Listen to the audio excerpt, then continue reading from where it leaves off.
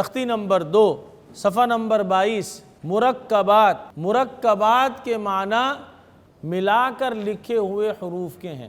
بعض کہتے ہیں اس کو ملے جلے حروف کو مرکبات کہتے ہیں۔ ایک سے زیادہ جو حروف ملے ہوئے ہیں ان کو کیا کہتے ہیں؟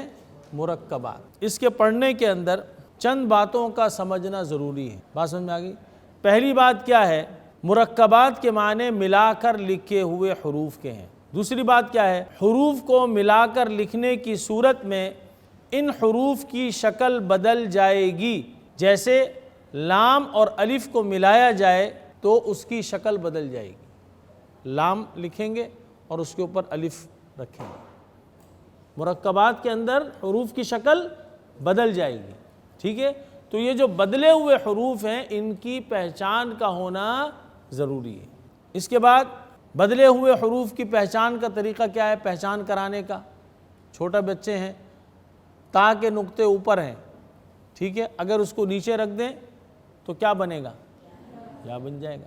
اور اسی طرح سے با کا جو نقطہ ہے وہ نیچے ہوتا ہے، اگر اس کو اوپر کر دیں تو نون بن جائے گا۔ یہ پہچان کرانے کا طریقہ ہے۔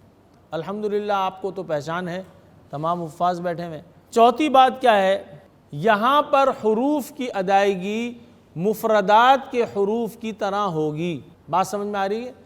جس طرح سے حروف مفردات کو ادا کیا تھا بالکل اسی طرح سے حروف مرکبات کو بھی ادا کریں گے۔ بات سمجھ میں آ رہی ہے؟ مثال کے طور پر لام کو ہم نے وہاں پر کھینچ کر پڑھا تھا، تو یہاں پر بھی لام کو کھینچ کر ادا کریں گے۔ یعنی لام کو کتنی الف کھینچا تھا؟ 3 الف، تو یہاں پر بھی 3 الف کھینچیں گے۔ با کو کتنی الف کھینچا؟ 1 الف، تو یہاں پر بھی با کو 1 الف کھینچیں گے۔ صحیح ہے؟ الف جس طرح وہاں پڑھا تھا اسی طرح سے یہاں پر پڑھیں گے۔ وہاں پر موٹے حروف ادا کیے تھے اسی طرح سے یہاں پر بھی موٹے حروف کو ادا کریں گے۔ جیسے وہاں پر باریک حروف کو ادا کیا تھا اسی طرح سے یہاں پر بھی باریک حروف کو ادا کریں گے۔ بات سمجھ میں آ گئی؟ اچھا، اس کو سیدھا بھی پڑھیں اور پڑھائیں اور الٹا بھی پڑھیں اور پڑھائیں۔ بات سمجھ میں آ رہی ہے؟ اس کے بعد چھٹی بات کیا ہے؟ اس تختی کے آخر میں 3 حروف لکھے ہوئے ہیں، حمزہ الف، حمزہ واو اور حمزہ یا۔ دراصل یہ واو، یا اور الف یہ صرف لکھنے میں آئے گا، پڑھنے میں نہیں آئے گا، کیونکہ اس کے اوپر حمزہ ہے، تو یہاں پر کیا پڑھیں گے؟ حمزہ ہی ادا کریں گے۔ جیسے مُصَدَّۃٌ، مُصَدَّۃٌ کے واو کے اوپر کیا ہے؟ حمزہ ہے نا، تو واو کو پڑھیں گے؟ واو کو پڑھیں گے؟ نہیں پڑھیں گے۔ مُصَدَّۃٌ کے اندر واو کو نہیں پڑھیں گے، اور کس کو پڑھیں گے؟ حمزہ کو پڑھیں گے۔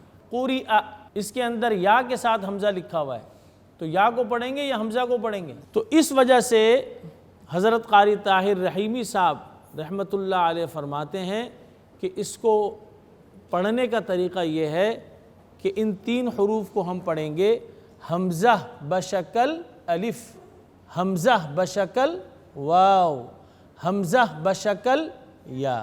میری بات سمجھ میں آ رہی ہے؟ اس لیے یہ اصل میں کیا ہے؟